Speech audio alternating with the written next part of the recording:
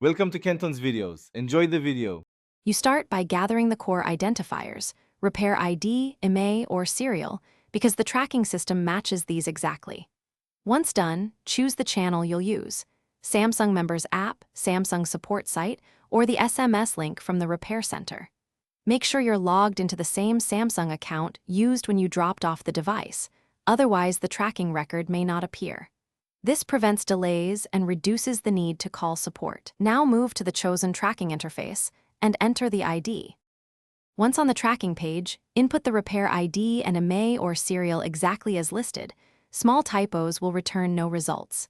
If you're in the Samsung Members app, tap Support, then Repair Status. On the site, look for Repair or Service Tracking. After submission, the system returns step-by-step notes: diagnosis complete, parts ordered, repair in progress, or awaiting QA.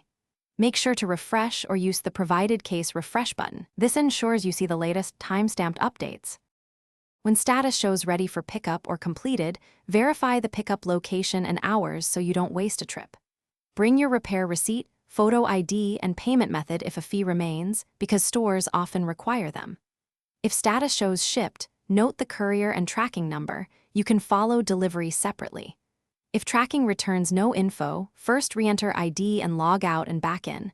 If that fails, contact Samsung support with your repair ID so they can reconcile the record. Thanks for watching. Consider subscribing if we helped you.